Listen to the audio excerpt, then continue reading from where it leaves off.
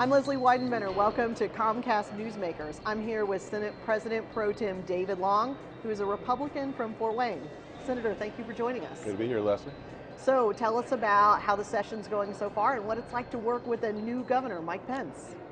Session's going fine, a little quieter than the last 2 years, which is a blessing, I think, in itself. But everything's fine with Governor Pence. It's exciting to have a change. We had a great 8 years with Mitch Daniels. We're starting out fresh and new with Mike Pence. Different approach, different guy, but with a lot of aspirations and hopes for the state. So I think so far so good. So there seems to be much more of a bipartisan tone this year. What do you attribute that to? Maybe the extra effort to show that the fact that we have a supermajority in both the Senate and the House does not mean we're going to trample the Democrats. Maybe because we have new leadership in both the House and Senate Democrat caucuses as well. I think Representative Pilath has done a really good job of working with Speaker Bosma to try to tone down the rhetoric and focus on how we can work together for things for the people of Indiana. Senator Land, the minority leader in the Senate, I have kind of grown up together in the Senate. We've known each other for many years, worked on a lot of legislation together, we're comfortable with each other. So I think that's part of it as well, and I think it's healthy. I do. So one of the main things that you're pushing this year is actually a constitutional convention. Can you talk about what that would mean and why you wanted to do it?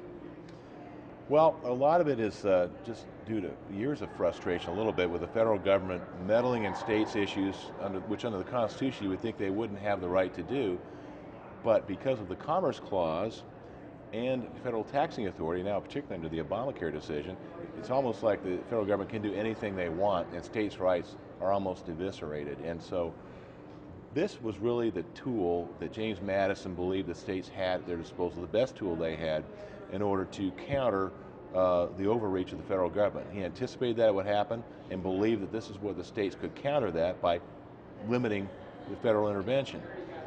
It's never been done before, mainly because people have felt it would be a runaway convention, that you couldn't control it. We put in legislation we think that would control that very specifically. How you pick your delegate and how you control that delegate. To such an extent, we feel very comfortable they're fenced in and could not participate in a runaway convention.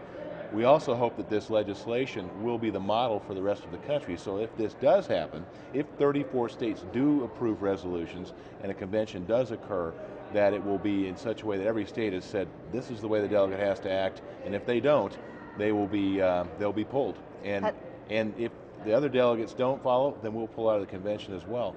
And it says that in the legislation. If every other state follows that, or most of them that call for the convention, I think we'll be okay.